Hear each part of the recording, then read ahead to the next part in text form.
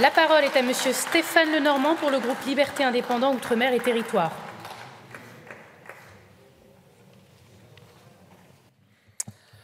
Bien, Madame la Présidente, Madame la Ministre, Mesdames, Messieurs les rapporteurs, chers collègues. Le secteur de la culture représente sans nul doute l'un des plus fragilisés par la dernière crise sanitaire. De plus, les acteurs de ce secteur doivent faire face actuellement, comme beaucoup de nos concitoyens, à une augmentation des coûts, et notamment en raison du contexte géopolitique et économique. Et c'est sûrement le secteur qui en souffrira le plus longtemps et qui pourrait avoir à terme des conséquences désastreuses. Et donc, si la hausse des crédits consacrée à la mission culture ne peut être que saluée, elle doit être mise en perspective face aux grandes difficultés du secteur et surtout à la forte inflation qui amène à relativiser ces efforts. Comme l'a bien résumé Olivier Darbois, le président du Prodis, le syndicat du spectacle musical et de variété, nos entreprises souffrent définitivement d'un Covid long. Leurs activités connaissent un recul sans précédent par rapport à la période de référence de 2019 et même en 2022, si la fréquentation touristique s'est améliorée, elle reste en deçà du niveau de la crise d'avant la crise. Et cela se répercute à la fois sur les petits établissements culturels et patrimoniaux, mais aussi sur les grands opérateurs comme Versailles et le Louvre. La forte inflation perturbe donc ainsi le retour à l'art normal dans nos établissements culturels, mais limite aussi le pouvoir d'achat des personnes qui risquent de se détourner des activités culturelles, finalement une double peine. Pour cette raison, notre groupe proposera un certain nombre d'amendements qui visent notamment à soutenir le théâtre. Même constat du côté du mécénat. Dans le contexte actuel, le recours à une combinaison de financement public et de financement privé est plus que nécessaire pour garantir la pérennité des projets culturels. Or, la forte hausse des prix risque de diminuer les dons et les mécénats à destination de la culture et du patrimoine. Par ailleurs, les activités culturelles des Français ont été modifiées par la crise sanitaire. L'utilisation des moyens numériques s'étant largement accrue dans ce domaine.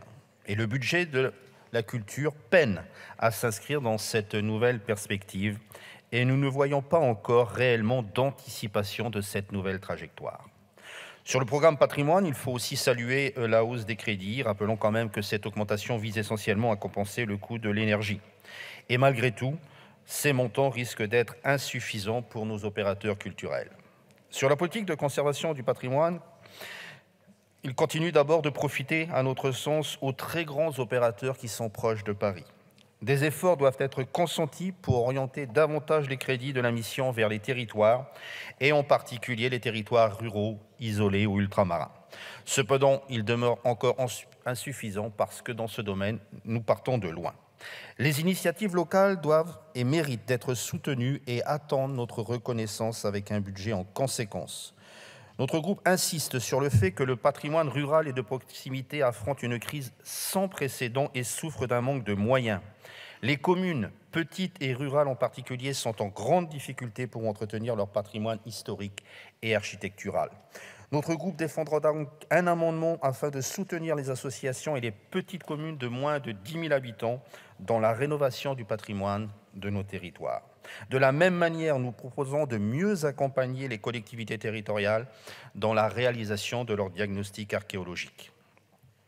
Je terminerai enfin sur la question de l'accès et de la démocratisation de la culture. Le projet de passe culture est étendu, c'est pour notre groupe une bonne chose.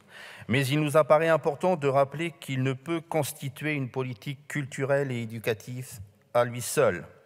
Or, comme l'indiquait la rapporteure pour avis en commission, celui-ci représente 208 millions d'euros, et c'est vrai, il faut le rappeler, soit 2 fois le montant supérieur à celui consacré à la politique d'éducation artistique et culturelle.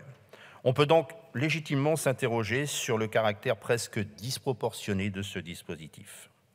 Ce dont nous avons besoin, c'est aussi davantage de médiation et de découverte, particulièrement à des destinations des publics les moins favorisés et des territoires les plus isolés. Comme je l'indiquais au début de mes propos, notre groupe salue la hausse des crédits de la mission culture, mais s'inquiète quand même de sa capacité à suivre la forte inflation et de l'insuffisance des moyens déconcentrés à destination des territoires les moins dotés. À ce stade, nous nous abstiendrons, sauf à ce que le débat qui va suivre nous amène à adopter ce projet avec des amendements judicieux. Je vous remercie. Je vous remercie.